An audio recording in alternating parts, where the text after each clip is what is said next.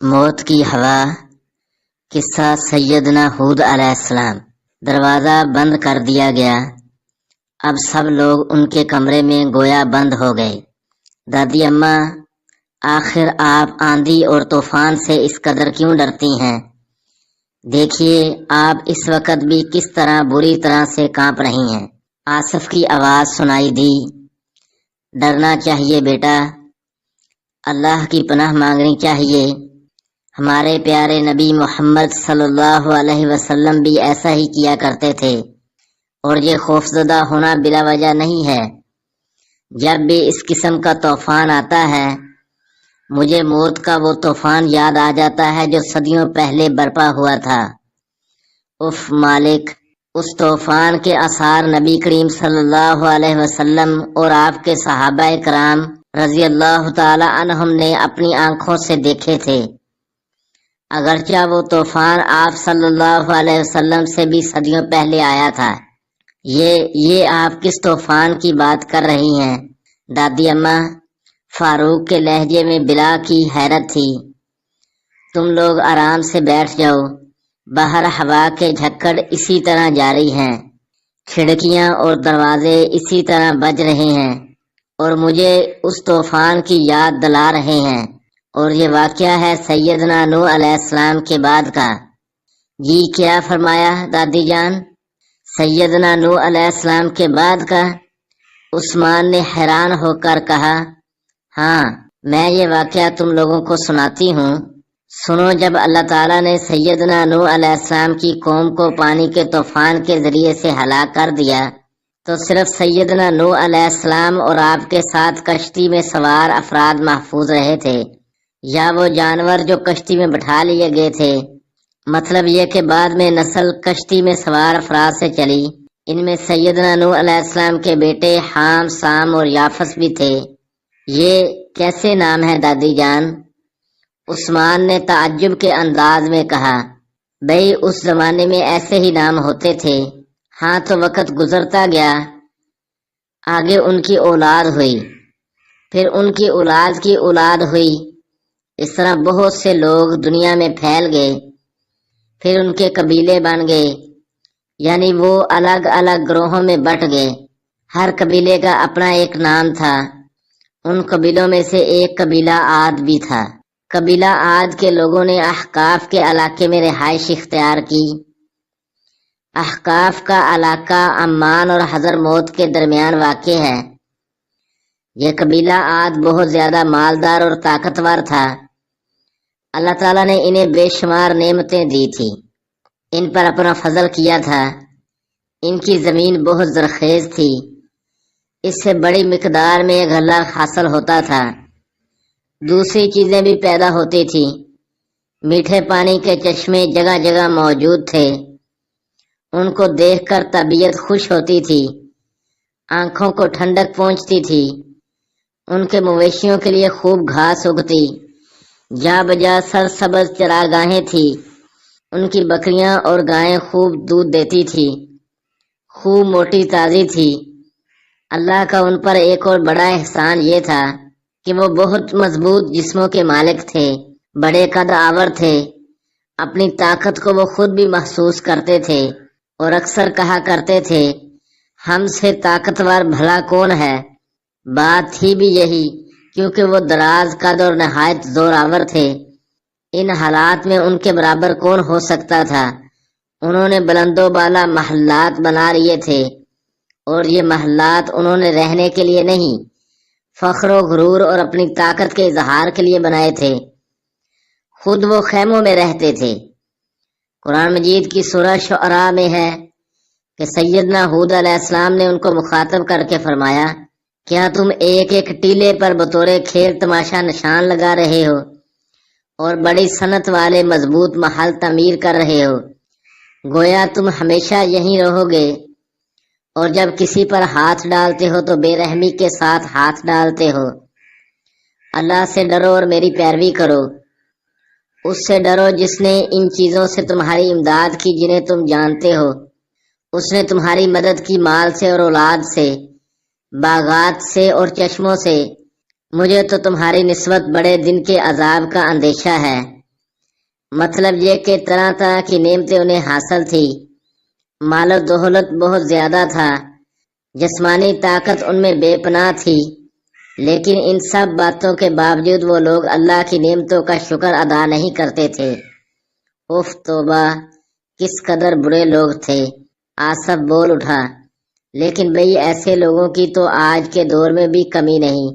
زاہد بولا، اس میں شک نہیں، آج کل بھی ایسے لوگ ملتے ہیں، لیکن ان میں جو سب سے بری بات تھی وہ تھی شرک۔ وہ ایک اللہ کی عبادت نہیں کرتے تھے، انہوں نے بتوں کو اپنا معبود بنا لیا تھا، ان سے مدد مانگتے تھے۔ دادی اماں نے سلسلہ کلام جاری رکھتے ہوئے کہا، آپ کا مطلب ہے مٹی اور پتھر کے بتوں سے مدد مانگتے تھے جن کو انہوں نے خود اپنے ہاتھوں سے بنایا تھا؟ نوید نے حیران ہو کر کہا، ہاں بالکل، اب سنتے جاؤ۔ وہ اپنی دعائیں قبول کرانے کے لیے ان بتوں کا واسطہ دیتے تھے، مصیبتوں اور بلاؤں کو ٹالنے کے لیے بھی ان کا واسطہ دیتے تھے، انہی سے بارش مانگتے تھے۔ توبہ توبہ، کیسے لوگ تھے۔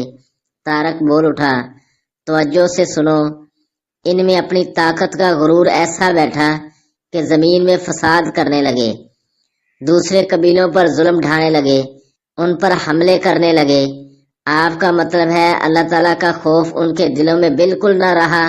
عثمان نے کہا، ہاں بالکل، انہوں نے کمزوروں کو غلام بنانا شروع کر دیا، جو ان میں کمزور تھا طاقتور کے ظلم کا نشانہ بننے لگا، جیسے جنگل میں ہوتا ہے۔ دادی اماں۔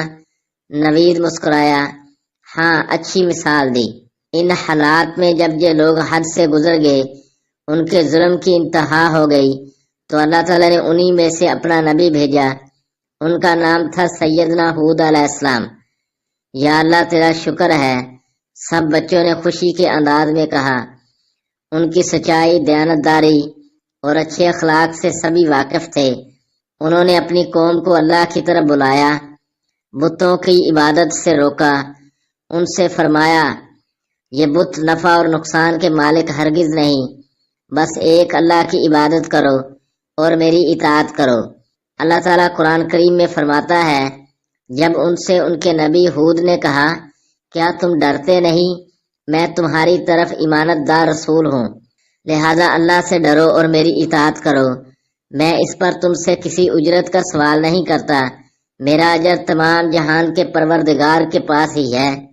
سیدنا ہود علیہ السلام کی باتیں سن کر انہیں بہت حیرت ہوئی۔ انہوں نے کہا، ہم ایک اکیلے معبود کی عبادت کس طرح کر سکتے ہیں؟ ان شریکوں یعنی بتوں کے بغیر اللہ تعالیٰ تک ہم کس طرح رسائی حاصل کر سکتے ہیں؟ ہم نے تو اتنی عجیب باتیں پہلے کبھی نہیں سنی، جن کی عبادت ہمارے باپ دادا کرتے رہے، آخر ہم ان کی عبادت کس طرح چھوڑ دیں؟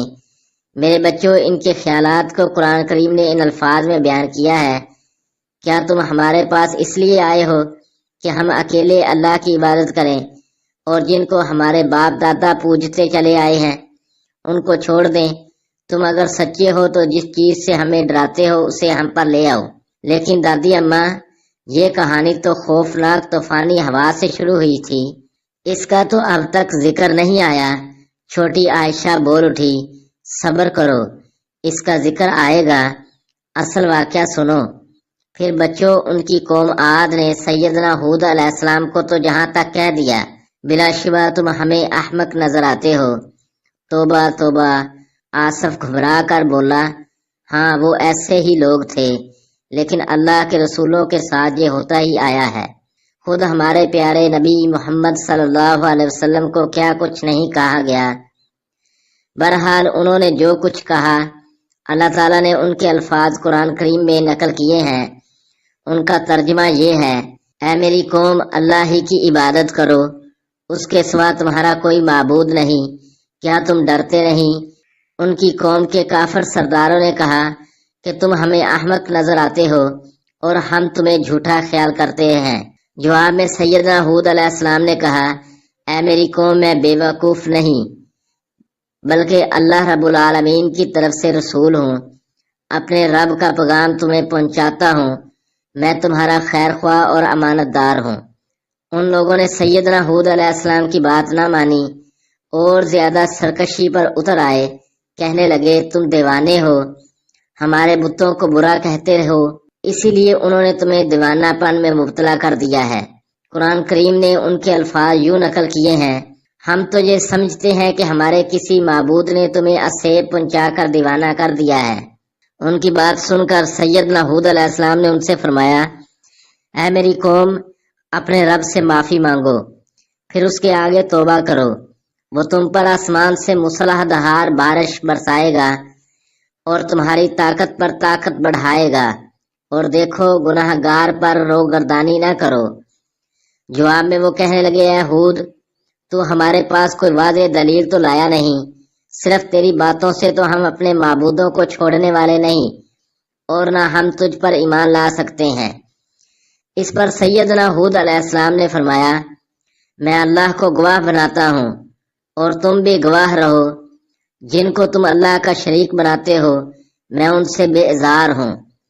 سیدنا ہود علیہ السلام کی تبلیغ سے چند آدمی ایمان لائے۔ اب کفار ان کا مذاق اڑانے لگے، انہیں تنگ کرنے لگے۔ سیدنا ہود علیہ السلام کی اطاعت کے متعلق ان سے طرح طرح کی باتیں کرتے۔ قرآن مجید نے ان کی باتوں کو اس طرح بیان کیا ہے، یہ تو تم جیسا ہی انسان ہے، تمہاری ہی خوراک یہ بھی کھاتا ہے اور تمہارے پینے کا پانی ہی یہ بھی پیتا ہے۔ اگر تم نے اپنے جیسے ہی انسان کی اطاعت کر لی تو بے شک تم سخت خسارے والے ہو۔ کیا یہ تمہیں اس بات سے دھمکاتا ہے کہ جب تم مر جاؤ گے اور مٹی اور ہڈیاں بن جاؤ گے تو تم پھر زندہ کیے جاؤ گے؟ دادی اماں، آپ نے کیا بتایا؟ صرف چند آدمی ایمان لائے؟ ہاں بیٹا، سالہ سال کی کوششوں سے صرف چند آدمی مسلمان ہوئے، باقی ان سے کہتے تھے تم نے اپنے جیسے ایک آدمی کی اطاعت قبول کر لی، وہ کہتا ہے جب ہم مر جائیں گے اور مٹی ہو جائیں گے تو ہمیں دوبارہ اٹھایا جائے گا، بھلا یہ کیسے ممکن ہے؟ غرض سیدنا ہود علیہ السلام مسلسل انہیں بتوں کی عبادت چھوڑ دینے اور ایک اللہ ہی کی عبادت کرنے کے لیے کہتے رہے۔ وہ ان سے کہتے، میری قوم، اللہ کی نعمتوں کو یاد کرو، اس کا شکر ادا کرو، اس نے تمہیں قد و قامت میں کس قدر دراز کیا ہے، طاقت و قوت میں تمہیں کس قدر زیادہ کیا ہے، اور قوم نوح کو تباہ و برباد اور غرق کرنے کے بعد تمہیں اس زمین میں جانشین بنایا ہے، رزق میں تمہیں فروانی دی، لہذا تم اللہ کے احسانات کا پاس کرو، اس کی عبادت کرو۔ یاد رکھو اگر تم نے شرک کو نہ چھوڑا، صرف اسی کی عبادت نہ کی، میری بات نہ مانی، تو اللہ کی طرف سے تم پر عذاب آئے گا۔ دنیا میں ذلت و رسوائی کے علاوہ آخرت کا عذاب بہت بھیانک ہوگا، ٹھکانہ جہنم ہوگا۔ اس طرح تمام تبلیغ کے باوجود وہ اپنی بات پر ڈٹے رہے۔ ان کا خیال تھا ہم تو اتنے طاقتور ہیں، ہمیں بھلا کون عذاب میں مبتلا کر سکتا ہے۔ سیدنا ہود علیہ السلام کے جواب میں انہوں نے جو کچھ کہا وہ قرآن کریم میں اس طرح آیا ہے، اب عاد نے تو بے وجہ زمین میں سرکشی شروع کر دی اور کہنے لگے ہم سے زیادہ طاقتور کون ہے؟ کیا انہیں یہ نظر نہیں آتا کہ جس نے انہیں پیدا کیا ہے وہ ان سے بہت ہی زیادہ زور آور ہے؟ وہ آخر تک ہماری آیات کا انکار ہی کرتے رہے۔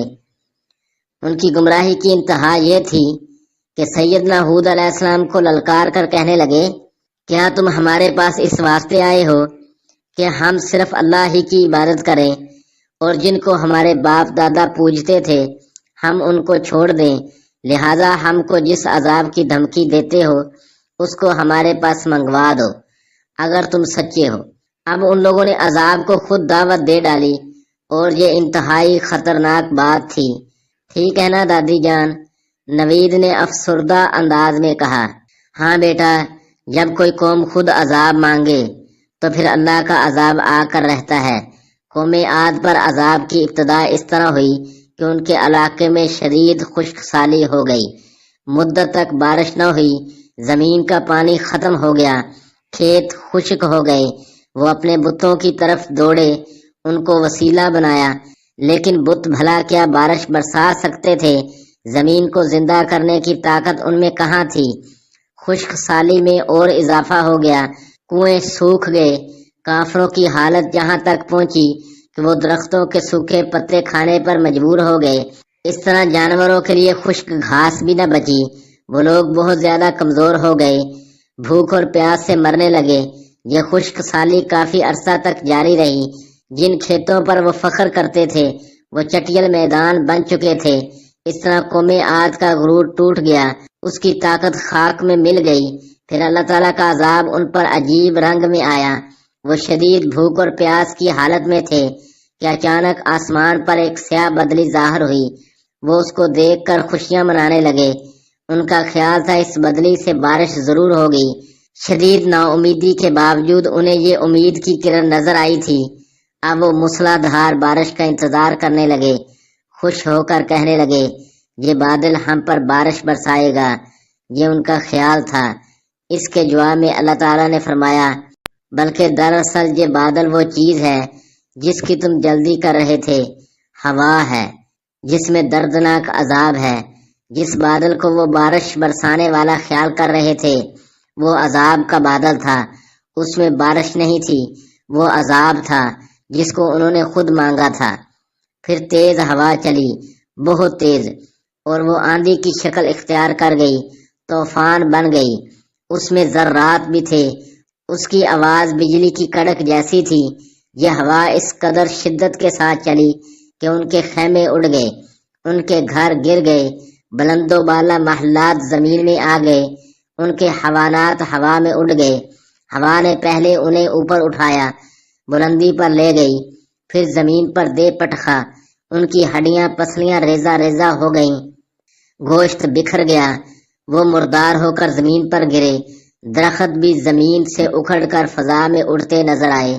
اللہ تعالیٰ نے فرمایا بالآخر انہیں وعدہ برحق کے مطابق زور کی آواز نے آن پکڑا تو ہم نے ان کو کوڑے کرکٹ کر ڈالا، بس ظالموں کے لیے پھٹکار ہی پھٹکار ہے۔ بچوں یہ تھا وہ عذاب۔ اف مالک، اب سمجھ میں آیا کہ آپ کیوں طوفان کو آتے دیکھ کر ڈر جاتی ہیں۔